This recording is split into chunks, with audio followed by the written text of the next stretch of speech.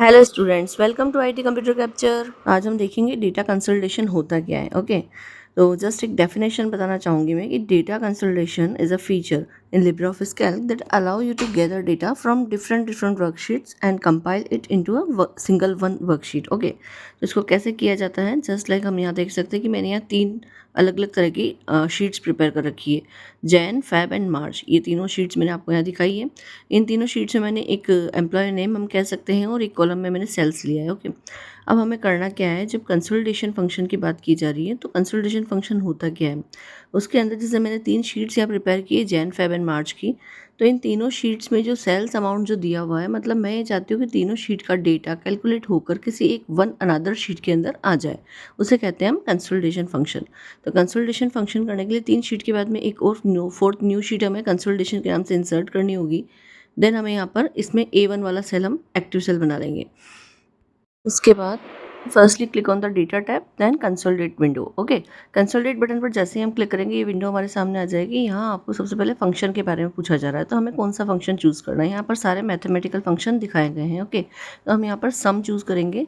Then next उसके जैसे ही हम सम चूज़ करते हैं उसके बाद में जो आपको टेक्स्ट बॉक्स ये जो एरिया दिख रहा है, यहाँ पर आपको तीनों शीट्स की सेल रेंज डालनी होगी। वो कैसे डालेंगे हम, जस्ट आप इसके नीचे आएंगे तो ये फर्स्ट वाला ये जो टेक्स्ट बॉक्स आपको दिख रहा है, यहाँ पर आपको क्लिक करना होगा।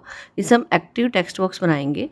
इस एक्टिव टेक्स्ट बॉक्स बनाने के बाद जस्ट 1 मिनट, यहाँ पर मैंने इसको क्लिक कर लिया, ये एक्टिव टेक्स्ट बॉक्स बन गया। अब यहाँ इसको क्लिक करेंगे हम सोर्स में। देन जैन वाली शीट पर हम क्लिक करेंगे। जैन वाली शीट पर क्लिक करने के बाद जो हमारा डेटा है उसको हम सेलेक्ट करेंगे। डेटा सेलेक्ट करने के बाद हम देख सकते हैं कि जो हमारा टेक्स्ट एरिया था वहाँ पर हमारा ये सिलेक्शन होने के लिए, ऐड होने के लिए रेडी हो चुका है। हम ऐड बटन पर क्लिक कर लेंगे तो हमारे ऊपर वाले एरिया के अंदर ये चीज़ आ चुकी है। देन नेक्स्ट हम फैब वाली शीट पर इसी तरह से क्लिक करेंगे और यहीं पर हम सारा डेटा सेलेक्ट कर लेंगे। सेलेक्ट करने के बाद अगेन हम ऐड बटन पर क्लिक करेंगे। देन अगेन हम वापस ऊपर वाले टेक्स्ट बॉक्स में जाकर और वहाँ क्लिक करेंगे। देन हम यहाँ पे मार्च वाली शीट का डेटा सेलेक्ट करेंगे एंड अगेन हम click on the add button. ये देखिए वापस मैं ऐड बटन पर क्लिक कर दे रही हूँ। अब यहाँ पर ऐड बटन पर क्लिक करने के बाद हम देख सकते हैं कि इस टेक्स्ट बॉक्स के अंदर ऊपर वाले बड़े टेक्स्ट बॉक्स में तीनों शीट्स ऐड होने के लिए रेडी है। अब नीचे हम ऑप्शन पर क्लिक करेंगे। ऑप्शन पर क्लिक करने के बाद हमसे पूछा जाएगा कंसोलिडेट बाय। कंसोलिडेट बाय बच्चों, ये वाले जो चीज़ है ये MCQs में काफ़ी आ जाती है कि आपसे पूछा जाता है कंसोलिडेशन किस किस टाइप से किया जा सकता है। रो लेवल से किया जा सकता है, कॉलम लेवल से किया जा सकता है और ऑप्शन सी में बोथ भी आ सकता है। तो हम यहाँ पर रो एंड कॉलम दोनों लेवल को सेलेक्ट करेंगे। देन लास्ट में ये जो आपको दिया है सोर्स, यहाँ पर लिंक सोर्स टू डेटा, इसको भी हम सेलेक्ट कर लेंगे। इससे होता क्या है वो मैं अभी आपको बताती हूँ। देन ओके बटन पर हम क्लिक करेंगे। ओके बटन पर क्लिक करने पर हम देख सकते हैं कि जो हमारा एक्टिव सेल A1 हमने बनाया था वहाँ से हमारा रिजल्ट आना स्टार्ट हो चुका है। अब ये रो लेवल और कॉलम लेवल जो हमने सेलेक्ट किया था, इसका क्या मीनिंग है, मतलब कि जो हमने हेडिंग हमारी जो थी नेम और सेल्स, वो भी हमारी आंसर शीट में आई है।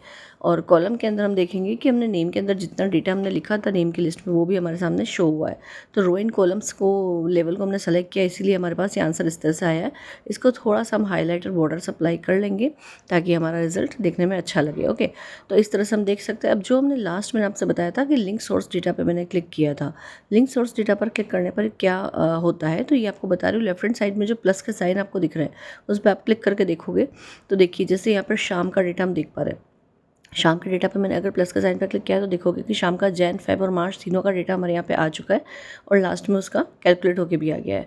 देन सीता का अगर आप डेटा देखना चाहोगे तो उसमें तीनों शीट्स का डेटा और उसके बाद में 4th नंबर की रो के अंदर कैलकुलेट होके हमें शो कर रहा है।